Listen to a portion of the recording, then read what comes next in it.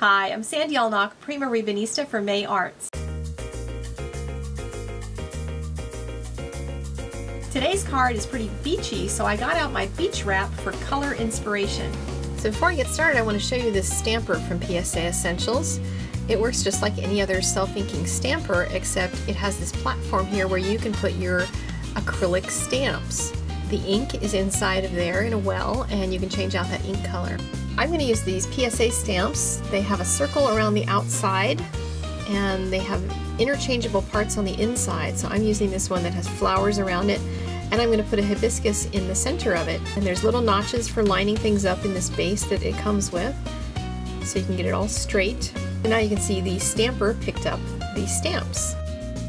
When you close the stamper up, you can see that then it has picked up the ink on the inside.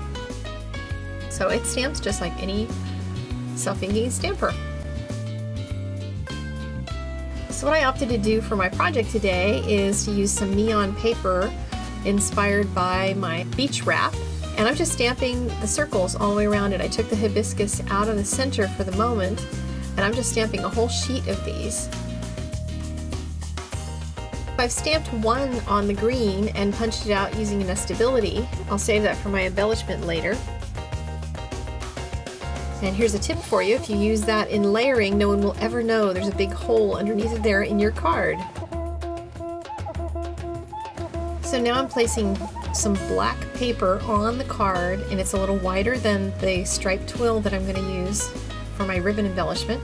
A little piece of score tape, and now I'm just placing the ribbon in loops. I call this ribbon candy. I don't know if there's some more official name for it, but I love doing it on my cards. This striped twill flattens down so nicely and goes through the mail so well, and I really love doing this effect with it. So I just snipped off the end, and now I'm going to take a Tombow tape runner, and I'm just going to add a little bit of adhesive underneath, and that will hold those a little flatter in place. I've added my hibiscus embellishment, and I'm going in with just some pearl pen around all of the little flowers to add a little bit of shimmer to the card. This pearl pen does need to dry really well. If you place it on the card and then you stick it in an envelope and drop it in the mail, the recipient may not be able to get the card out of the envelope, so you want to make sure you let it dry really well. I usually let it dry overnight just to be absolutely sure. So here's my cute little card, complete with all of its summer colors. So you can see a lot of those colors that were in my wrap are seen here on the card.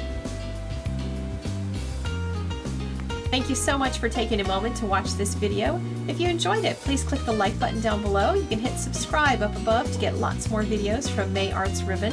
My common question for you today is, where do you get color inspiration for your projects? Leave me a comment.